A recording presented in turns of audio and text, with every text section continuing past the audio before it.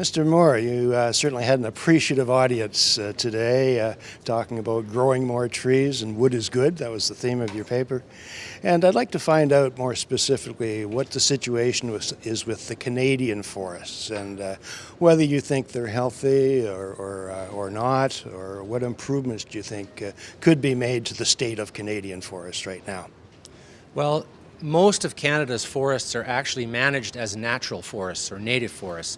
You know, some parts of the world, the trees that they're given aren't ones that they want to grow for forestry, so they'll cut down the original forest and plant plantations of species that come from somewhere else. Right. Like in New Zealand, for example, where not a single native species in New Zealand is good for forestry. They grow too slowly. Mm-hmm. And so they brought in radiata pine from California and have made a very big success of their plantation forestry. Right. But that changes the ecology a lot more than if you grow native trees, the same ones that were there in the first place, which is pretty well universal across Canada. In Canada, we are only cutting a very small percentage of our forest each year. It's all reforested either naturally or with planted trees back to a very close to natural forest that is capable of supporting all the species and biodiversity that was there in the first forest. So I don't think you can find another place in the world. Scandinavia is quite a bit the same kind of forest as we have, so they manage theirs in a similarly sustainable way to Canada. To me, the most important thing we need is a public that understands that forestry is the most sustainable of all the renewable industries. If you take, what are the renewable industries? There's agriculture, but there you have to clear the whole original ecosystem away to do it. There's aquaculture, growing seafood. It's actually very sustainable because you don't have to clear away any natural ecosystem. Usually it's done in floating structures that actually become like a floating reef and even support more marine life than was there in the first place. Mm-hmm. And then there's what I call human culture, which is basically cities where you grow people. Right. And they do a lot of damage to the original ecosystem too, like pretty much obliterated. Right. Although there's more trees and species of plants in cities than there are on farms because people keep gardens and we plant street trees. Yeah. So in order of the renewable industries that we have in this world that produce the goods and services we need, food, energy, and materials, in order it would be basically forestry, aquaculture, urban culture, and agriculture would be at the low end of the list, except in many agricultural landscapes, a lot of forest is maintained around the place, and that makes a big difference. Right. So we need to look at the land in terms of landscapes, in terms of land use. And what are we doing? What are we going to do here? Are we going to let a city grow here? Are we going to let the suburbs go out? Are we going to protect that land for farmland? Are we going to protect that land as forest land forever?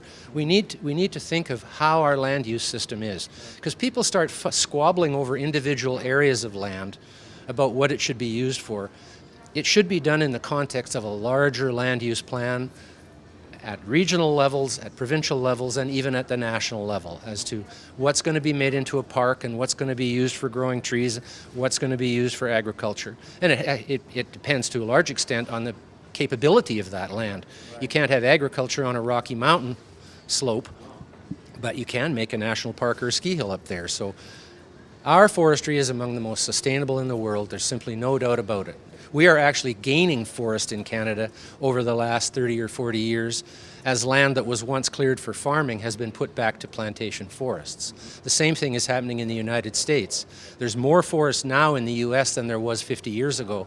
And in both Canada and the US, there's about the same area of forest as there was 100 years ago. So in other words, all the net clearing for agriculture and cities was done before 100 years ago and has not really increased any since then. But who has fostered that? Has it been governments or the forestry companies themselves?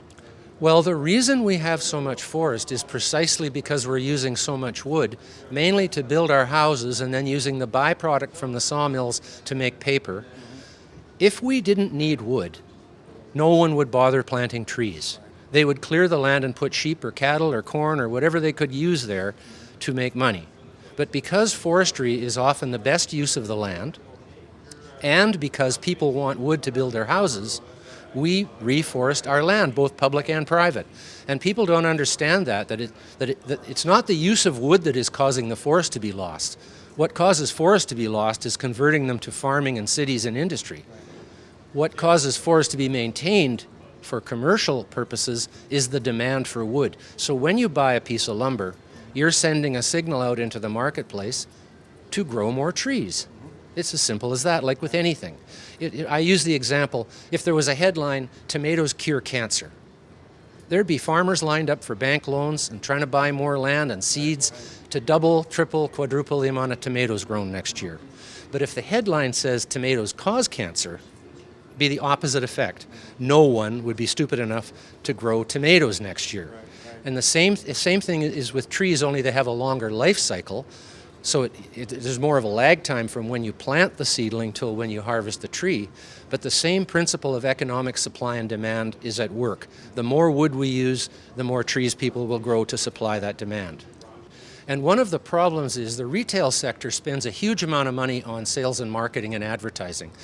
But the resource sector, which is not in retail and doesn't think like retail, doesn't spend a very large percentage of its money on getting people to understand. And when they do, it's often not with the kind of flair that retail people know how to use. You've got to hire Madison Avenue in Hollywood if you want to, be hip on MTV with your advertising. And forest companies and mining companies just don't have that in their blood. They're trying to get that resource to the market by putting it on in a boxcar or putting it on a train, and supplying the world with what they need to build everything with, including all our cars and houses and buildings. It's a lot of stuff that has to be mined or cut or grown or drilled out of the ground in order for us to survive every day. And some people are against that because they're living in a condo in downtown Montreal, Toronto, Vancouver. They don't see the connection between all those people working out there in the hinterland, getting the resources they need, the food, energy, and materials. It's basically all in three categories: the food to eat, the energy to make everything go, and the materials to build our infrastructure with. Everything in this building either was mined out of the ground or was cut down as a tree in the forest in order to make this infrastructure. And it's true of everything we have: our cell phones, our laptops, our airplanes, our cars, everything. And you got to understand that and then maybe think about how can we do this better, not how we can get rid of it. One presenter at a technical session this week said that the paper industry needed more marketing people. He was coming from a different point of view, but I guess getting a message across is the key requirement. I honestly believe that somehow or other the whole forest sector should join together and pool 1% of their annual revenues.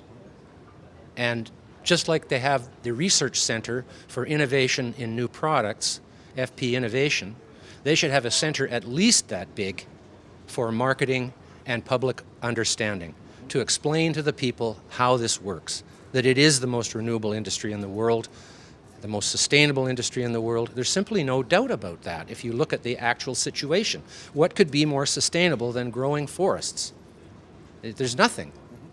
Yet people are opposed to it because they've been brainwashed with propaganda against it. Well, thank you very much for your comments and a great presentation today. Thank you very much. Nice talking to you, Mark. Thank you.